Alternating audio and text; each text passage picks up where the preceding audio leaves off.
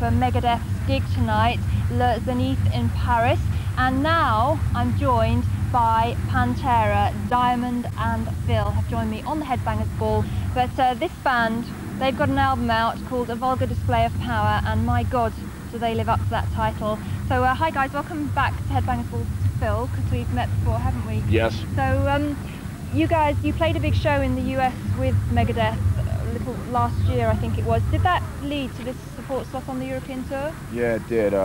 In the past, you know, we had bad blood and stuff like that. We played the show together and mellowed things out, you know, kissed and made up, so to speak, and here we are on this tour. Everything's really smooth and cool. Going well. Mm-hmm. Okay. Now, I read somewhere a little while ago that you thought that the Marquee Club in London, the headline show that you played there, was like one of the best gigs that you'd ever Absolutely. played. Do you still enjoy the challenge of a support slot? We like just to play in general. You know, we like to play shows, and no matter what the so-called obstacle or the Challenge, situation or whatever it is, you know, it's fun to play. And like the other night, we played with Megadeth. It was like a smaller place, small club, and it was killer, man. We miss those. We miss those. Right. Now, your last album, Cowboys from Hell, was very raw, very aggressive. For A Vulgar Display of Power, how did you try and eclipse that? We just did it like we do it live. Yeah, we just wrote the song. We just wrote 11 songs, and they just turned out like that. We had come up with the title previous to that, you know, Vulgar Display of Power, you know, because we were so pumped to do the next record. We go, man, we're going to write this heavy record, man. We know it's going to be heavy just because we had spoken to each other about, you know, ideas of the riffs and the songs and stuff, and we go, man, you know, this sucker's going to work.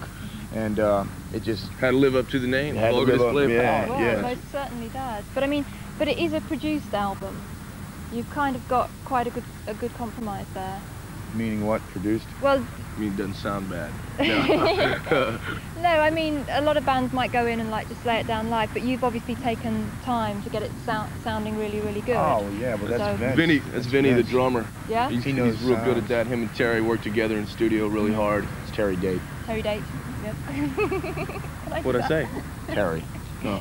See, they might be thinking you're talking about Terry from Wrathchild. Right, Terry from It Wrathchild. was co-produced by Vinnie, right? Right. Right. Okay. Phil, a question for you actually. Most of the album seems, most of the lyrics certainly are based on anger and frustration, but it is kind of tempered with other emotions. Do you find that the best way of expressing yourself writing songs? Well, you know, everybody always find it really easy to find, you know, the angry and the aggressive and the frustrated parts. But you know, to me, it's like a therapy thing, and it seems like it's almost like not a story really, but at the end of each song, there's a positive thing that comes out of each one of them. You know, Yeah. they're positive to me. You know, they're Positive just, anger, it's like channeling all this hatred and anger and stuff. You know, and people might say, "Oh, what the hell are you so angry about?" You know, I live in the States, man, just like anybody else, and I'm 24 years old. You know, these are times when you know, you should be at your happiest, you know, but there's something always there to swat you down and stuff like that. Always just, you know, this roadblock and all these damn rules that you have to live by.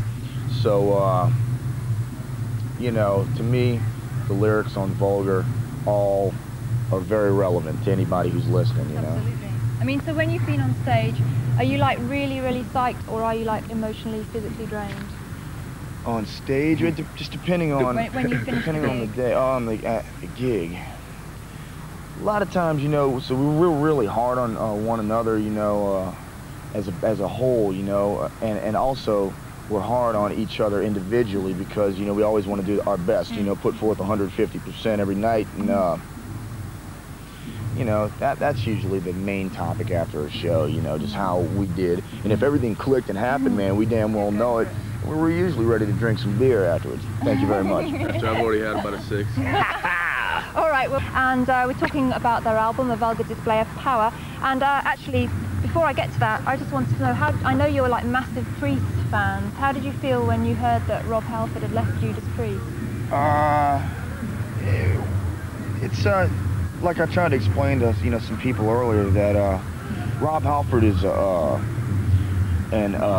radical. You know what I'm saying? He's a radical dude. He's got all these ideas in his head, and we just wish the best of luck for him. You know, that's Absolutely. the first thing that popped into my mind was just I hope, you know, that, you know, they say he's out of Judas Priest and all that stuff, but you never. It's to us, I don't think you ever really know that. You know, we didn't see it. I mean, we just heard about it actually. Yeah, you know. We need to probably talk to him on the phone or something. Just ask him what's really up, you know, because there's probably a lot more to it than you know, meets the eye, I would imagine. Okay, now you guys describe your sound as power groove. That was how you described it on Cowboys from Hell. How have you developed that for a vulgar display of power?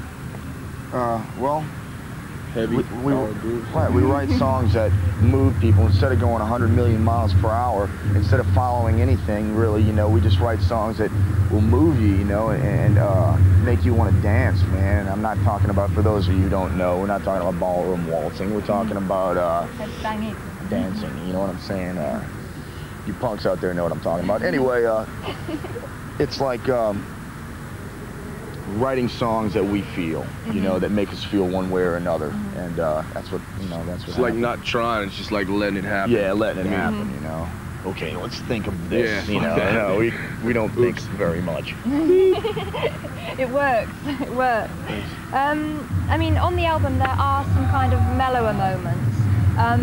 Was it the intention that these would make the heavier parts all the more like intense and shocking? It works that way, but dynamics. Dynamics. Sure. It definitely wasn't trying to be a hit single or something like that. No, we just write songs. Period. But it gives some light and shade, doesn't it?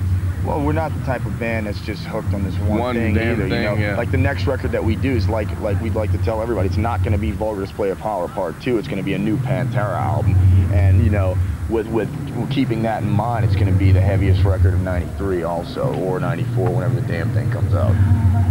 How can it be heavier? My God. It will be. It seems, you know, in the lyrics, it does seem that you're very critical of the world. Do you hope that you can change anything through lyrics or music? Not really change anything, just enlighten people a little bit, you know. But I'm no preacher. I'm just singing songs that make me feel a certain way. I'm not saying to, you know, when, like, take for instance the song Walk, you know, that's about, you know, when I was on tour, or any of us are on tour, you know, we go out and we leave, and we can't call everybody all the time anymore. We can't drink beer with the same buddies. You can't do that anymore. This is our job. This is what we do. This is what we love. This is what we've worked for years on end.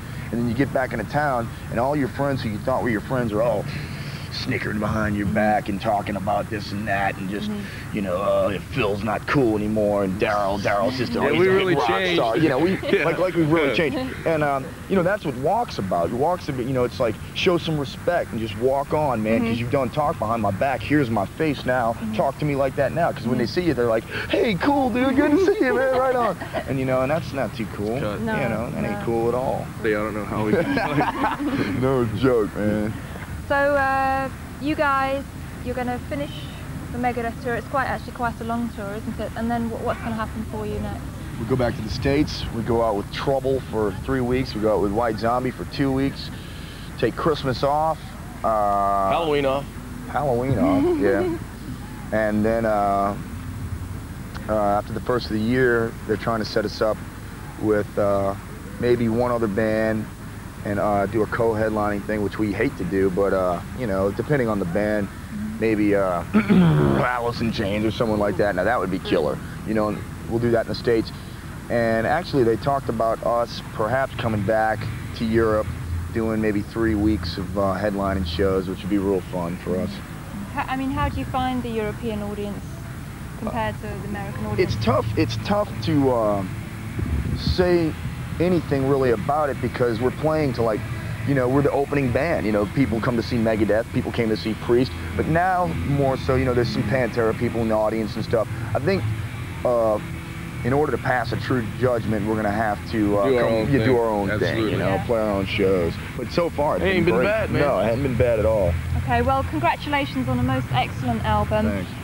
And you guys, you're really popular here on the Headbangers Ball. We get loads of requests for you. Cousin It right here, check it out. But we're not going to see a video right now, because we're going to actually go to a commercial break, and leading us into the commercial break, we are going to see these guys live on stage at Le Zénith in Paris.